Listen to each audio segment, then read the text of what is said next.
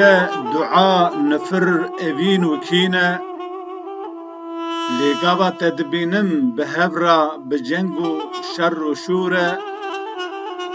Ji dilê min du'a nayê bikim, tev bi kul û birîn e. Gava dilreşiya te tê bîrî, xwîna reş vedirişîne.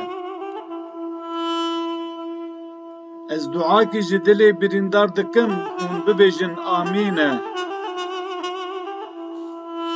Ew ê kedxwar heqê xwe tev bide, sêvê sor bistîne. Paîzê ra bide ber serê xwe, nexwe xêrê jê nebîne. Ava zelal di gewriyê da şêlû bibe, nefes nestîne.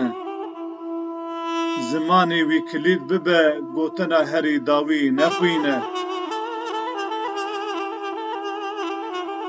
Te welat û şînwar û zozanê me kabil û wêran kir. Qiranê keriyê pezê me kêr kir û terş û talanên me rakir. Weserkar û şivanê me tev kuştin û heps û zindan kir.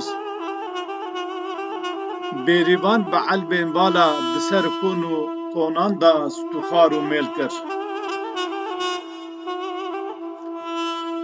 Bejna min ji daya Rihanê li şavî û mesîlan şax davêjim.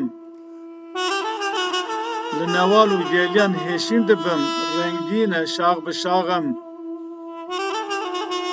Ji destê xayîn û neyaran, dîl û hebdalê ber zinar û latim.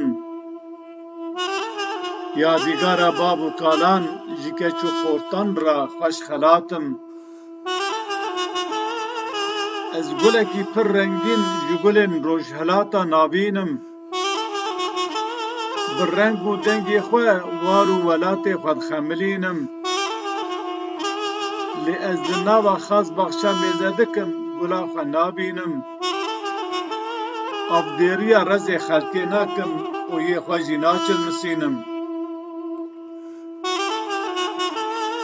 Gava nav û dengê min tê bihîstin, keftarên cihê cihê li hev dicivin.